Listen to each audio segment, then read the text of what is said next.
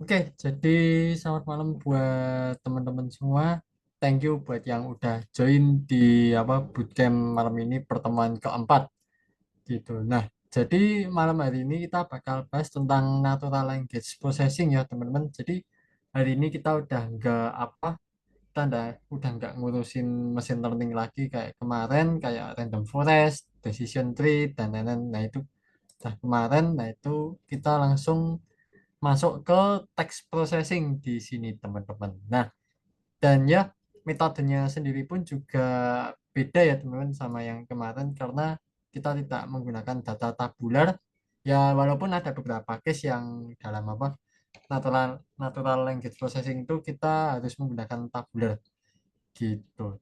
Oke, jadi ya kita langsung move aja di sini. Bentar.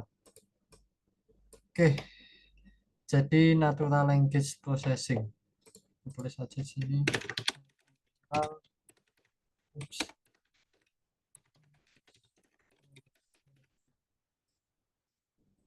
Oke, jadi natural language processing di sini hari ini ada beberapa yang mau kita bahas teman-teman. Nah, yang pertama yang bakalan kita bahas adalah nah, bagaimana cara kita memproses data dalam format teks. Nah, ini yang pertama. Mungkin gini aja, jangan pakai panah. Nah, terus yang kedua yang bakalan kita bahas dari ini adalah copy paste. Yang kedua adalah bagaimana cara kita melihat similarity antar teks gitu. Nah, jadi similarity antar teks itu fungsinya untuk apa? Fungsinya untuk kita melihat dokumen similarity. Nah, itu contohnya seberapa mirip sih antara dokumen satu dengan dokumen kedua gitu, teman-teman. Nah, terus yang ketiga adalah bagaimana cara kita memvisualisasikan data dalam bentuk teks. Nah, oke, jadi nanti kita juga bakal bahas beberapa data visualization ya teman-teman dalam NLP. Nanti kita pakai beberapa teknik buat data visualization. Nah, kita bisa pakai ngram, kita bisa pakai word cloud gitu teman-teman. Oke, next. Terus setelah kita memvisualisasikan data dalam bentuk teks, bagaimana yang keempat adalah bagaimana cara kita mengimplementasikan sentimen analisis. Analisis. Gini teman-teman. Oke, jadi ini adalah beberapa materi yang bakalan kita bahas hari ini ya teman-teman. Nah, next. Jadi kita masuk dulu di sini teman-teman. Jadi memproses data dalam format teks ini sebenarnya sama kayak data processing ya teman-teman, kayak yang waktu di machine learning modeling di pertemuan ketiga kemarin gitu. Jadi kalau machine learning modeling kan kita ada kayak remove outlier, kita ada label encoding, terus kita ada kayak pengisian missing value dan lain-lain gitu. Ada standarisasi juga. Nah, tapi kalau teknik-teknik dalam text processing di sini itu beda ya teman-teman buat natural language processing di sini. Nah, yang pertama, yang pertama itu adalah kita kita menghapus angka dan simbol. Itu yang pertama. Terus ini buat proses pertama ya. Ini aku kecilin aja. Oke, sip. Ya semoga kelihatan ukuran segini teman-teman. Nah, terus yang kedua, teknik kedua itu adalah sarang kita menghapus kata-kata yang tidak dibutuhkan.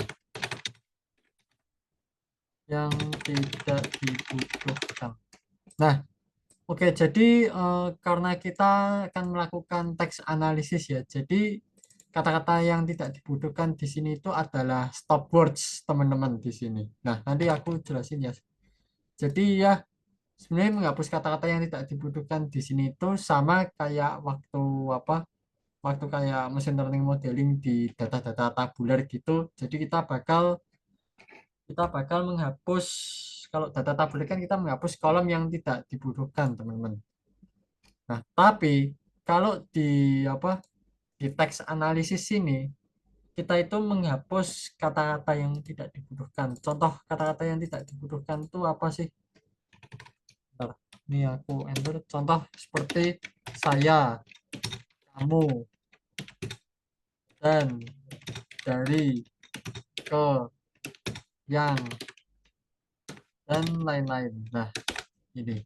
Jadi ini kita harus menghapus kata-kata yang tidak dibutuhkan ya. Dan ya, proses ini dinamakan stop words. Jadi kata-kata yang sampah-sampah gini yang tidak bakalan kepake dalam analisis itu adalah disebut sebagai stop words gitu, teman-teman. Terus next, kita udah sini. Terus next selanjutnya setelah hapus angka, setelah kita hapus kata-kata apa stop words di sini, terus kita harus menghapus emoji.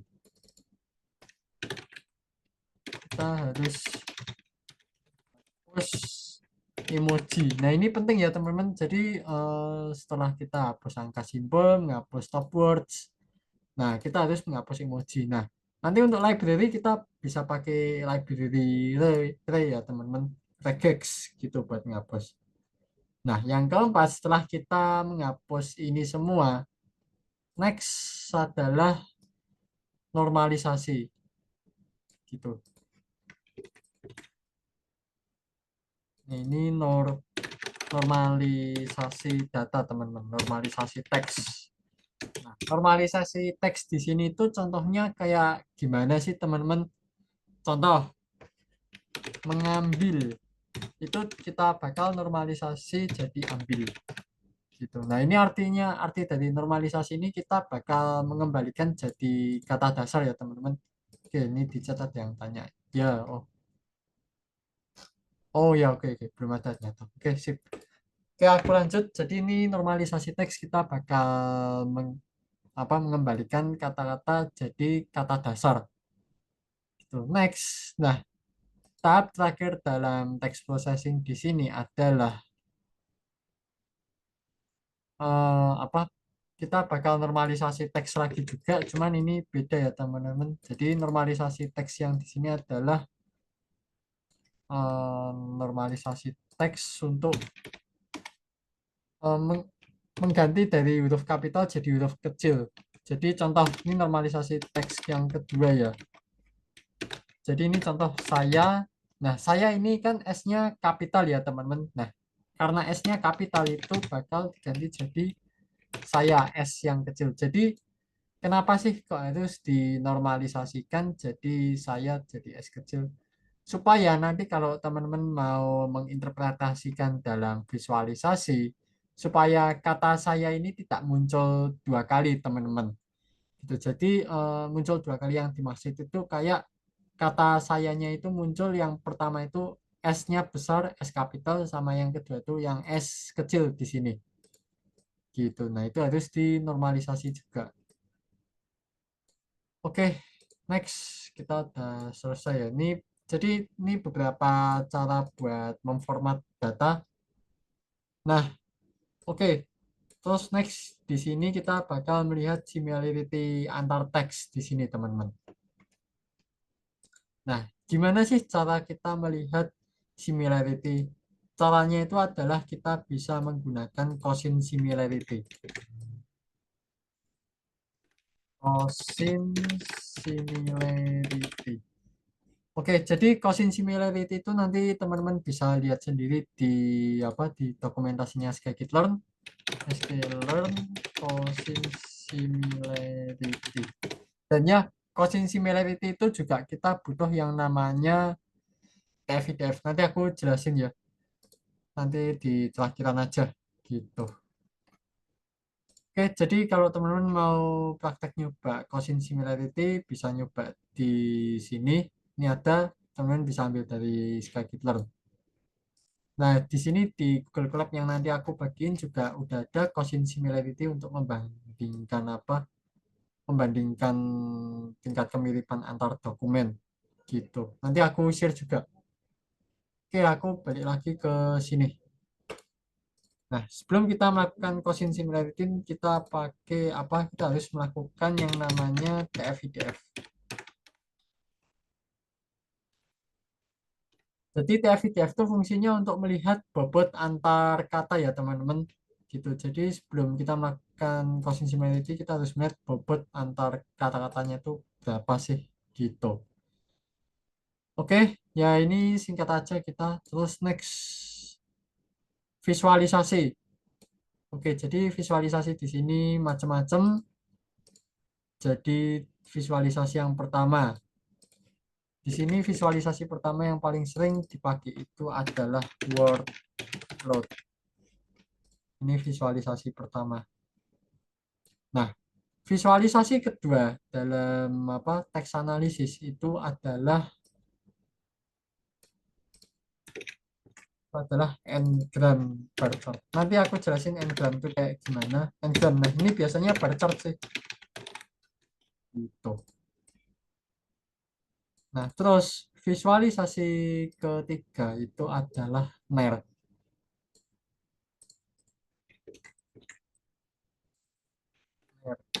Name Entity Recognition. Nanti aku juga tunjukin NER ini fungsinya buat apa sih. Oke ya. Jadi terus visualisasi kelima ini sebenarnya buat topik modeling keempat ya. Ini topik modeling. Oke, jadi kita mulai dulu dari word cloud teman-teman. Nah, word cloud di sini itu fungsinya untuk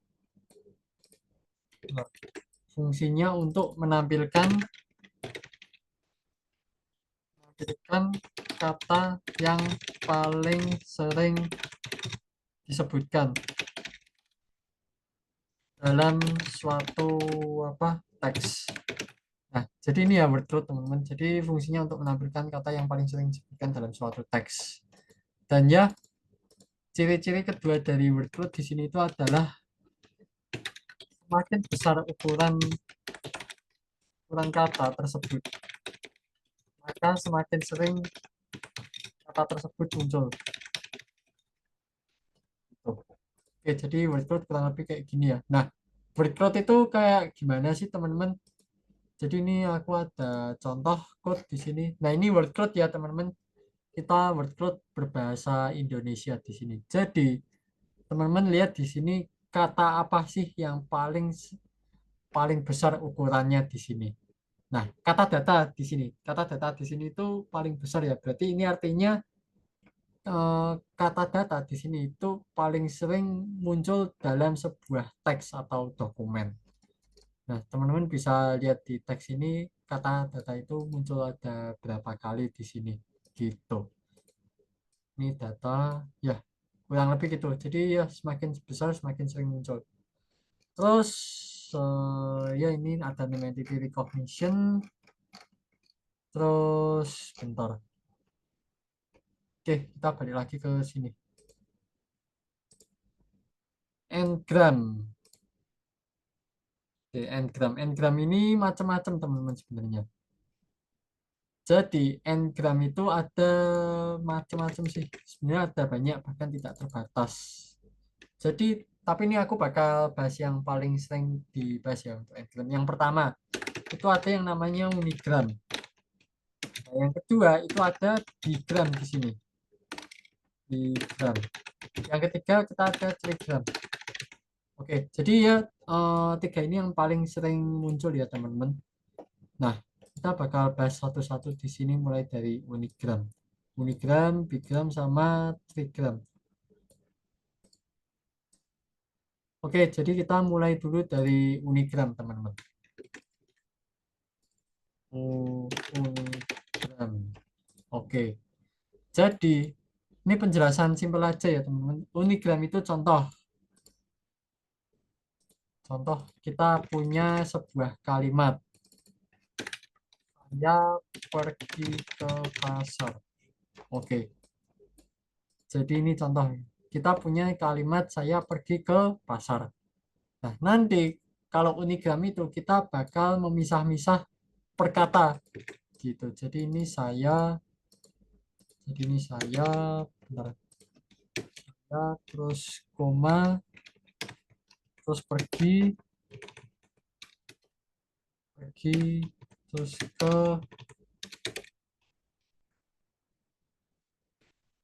pasar. Itu teman-teman. Jadi unigram itu kita bakal memisah-misah per satu kata. Nah, sekarang setelah unigram kita juga punya bigram teman-teman di sini. Bigram. Oke, bigram.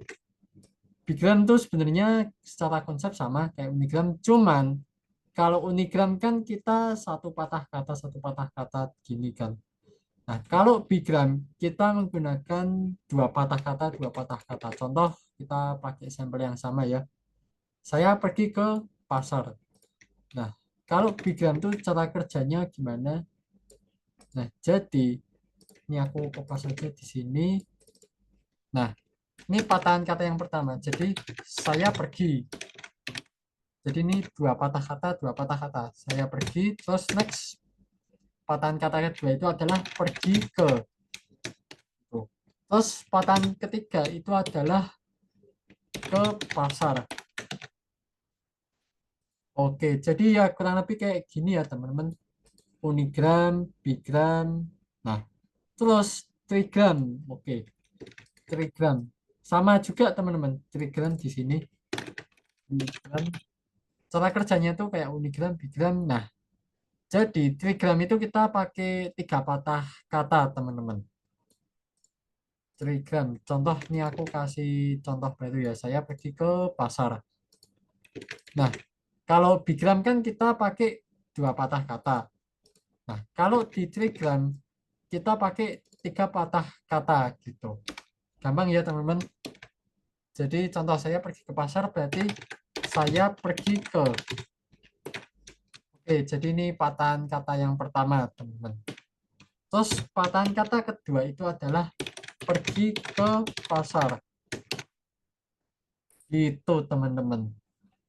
Jadi ya gampang ya. Aku yakin teman-teman juga kayak gini aja udah pasti paham gitu. Oke, next. Kita jadi ya yang core di sini yang penting kita udah bahas word cloud, kita udah bahas ngram, terus ya di sini kita ada name entity recognition sama topic modeling gitu. Oke, ini aku turunin bentar, topic modeling ner. Oke, ner. Jadi ner itu secara singkatnya itu adalah name entity recognition. Jadi mungkin kita langsung ke contoh aja ya teman-teman. Oke, ini ada yang tanya. Apakah ada kebutuhan case tertentu sehingga perlu menggunakan unigram, bigram, trigram? Oke, jadi sebenarnya ngram ini nggak terlalu penting sih kalau menurutku dalam sebuah project. Kalau bandingin sama word cloud itu lebih penting word cloud. Jadi kalau teman-teman mau implementasi ngram di sini, saranku teman-teman pakai aja bigram. Gitu. Kenapa? Karena patahan kata dalam bigram itu lebih jelas dibandingkan dengan unigram. Kalau unigram kan ya sama aja kita pakai word cloud gitu. Terus kalau bigram kan kita bisa melihat nih contoh dua patah kata yang paling sering dibahas itu apa sih? Contoh dua patah kata yang paling sering dibahas itu adalah apa? Sahkan RUU gitu. Nah, itu kan menunjukkan apa nih? Kok sahkan dua patah kata sahkan RUU itu paling penting. Nah, itu kan pastinya kita sebagai masyarakat ingin apa? Ingin mendesak DPR untuk mengesahkan RUU. Contoh aja kayak gitu, teman-teman. Nah, kalau unigram kita kan nggak bisa melihat secara lebih luas kayak gitu. Terus kalau trigram, trigram tuh kadang kepake kadang enggak, cuman jaga-jaga kalau teman-teman mau lihat konteks yang lebih luas bisa dipakai trigram gitu. Ya kurang lebih kayak gitu sih Mas. Oke, ini aku lanjut lagi di sini. Nah, NER. Jadi NER